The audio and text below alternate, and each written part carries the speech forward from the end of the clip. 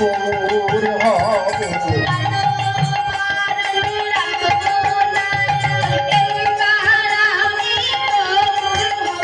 আমি চলো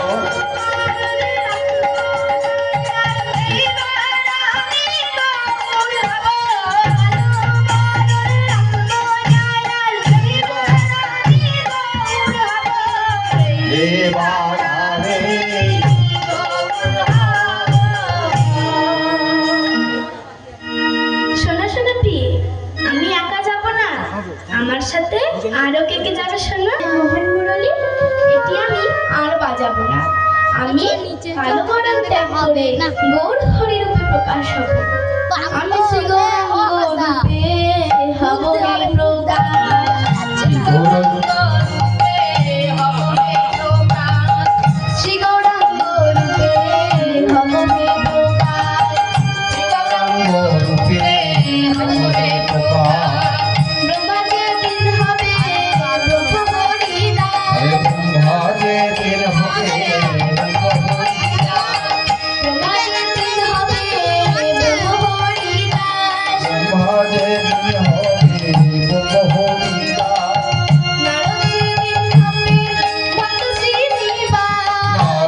যেদিন হবে ভক্ত শ্রীনিবাস, নারদ যেদিন হবে ভক্ত শ্রীনিবাস, তোদের হাতের বাঁশি হব তন্ত্রধারী। শ্রী গৌরাঙ্গ রূপে হব হে প্রকাশ। শ্রী গৌরাঙ্গ রূপে হব হে প্রকাশ। আমি বাঁশি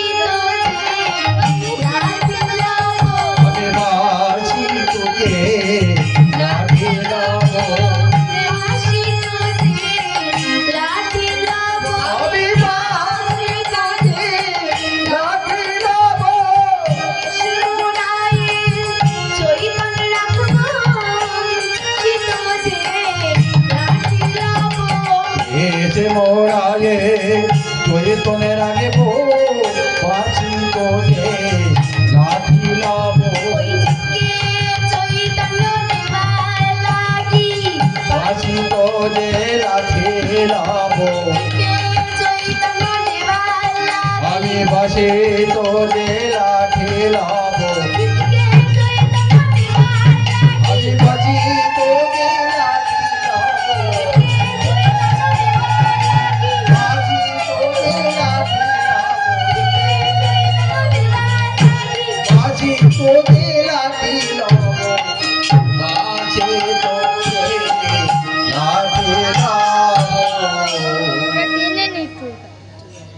এদিকে ঠাকুর অদ্বৈত আচার্য আমার প্রতিদিন কেঁদে কেঁদে কৃষ্ণ পূজা করে।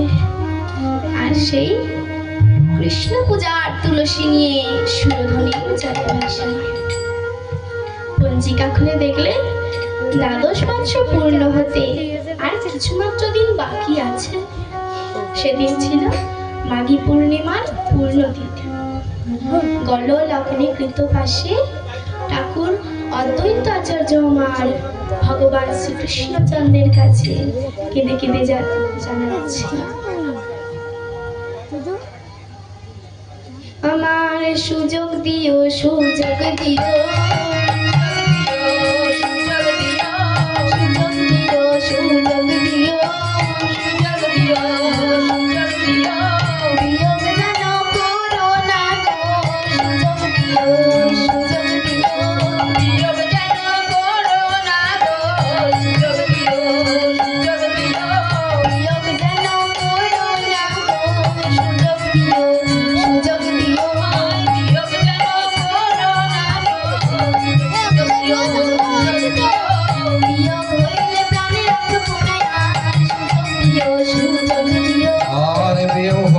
প্রাণের আগে বলা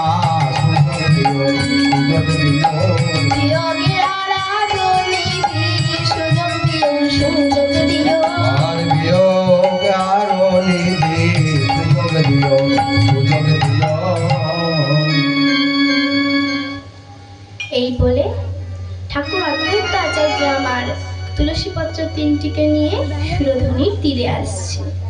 সুরধ্বনির তীরে এসে বলছে, সুরধ্বনি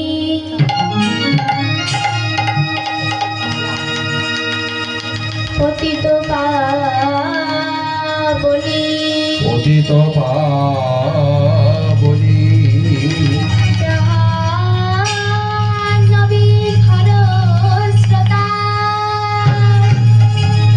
কুলকুল নাদিনী তুই আমার কৃষ্ণ পূজার তুলসী গ্রহণ করিস মা আমি পতিত বলে যেন ঘৃণা করিস না। এই বলে তুলসী পাত্র তিনটিকে নিয়ে সুরধ্বনির জালে ভাসালে। আর সুরধ্বনির জালে ভাসিয়ে কি করছে জানো না? আরে আরে তুলসী যায় নিরে নিরে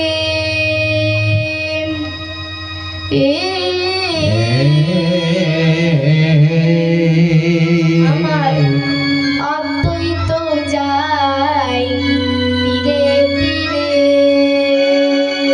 আরে তোলো সে যায় ধীরে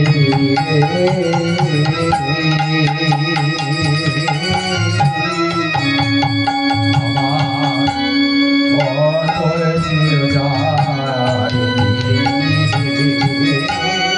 তুলসী যায় তীরে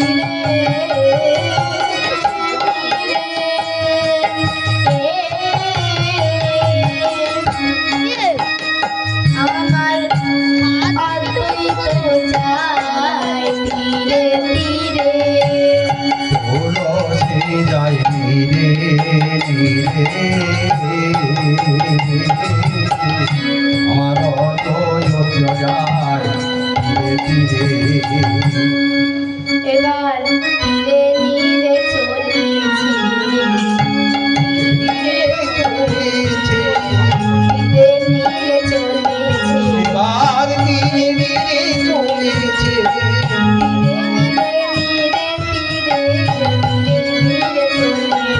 এবার ধীরে ধীরে ধীরে ধীরে চলেছে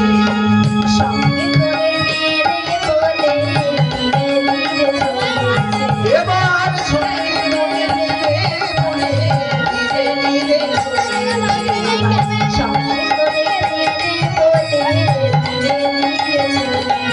এবার সঙ্গে বলে বলে ধীরে কিন্তু সেই তুলসী তিনটে দশা কি হলো জানো মা? হঠাৎ সুরধ্বনির ঘূর্ণি জলে দুটি তুলসী অদৃশ্য হয়ে গেল, অর্থাৎ গোলকের পথে গমন করলো। একটি গিয়ে ভগবান শ্রীকৃষ্ণচন্দ্রের চরণ যুগলে ঠেকলো এবং অপরটি শ্রীমতী রাধারানীর চরণ যুগলে ঠেকলো। আর অবশিষ্ট একটি তুলসী সেটি ভাসতে ভাসতে নবদ্বীপের বাদকিনারের ঘাটে উপস্থিত হলো।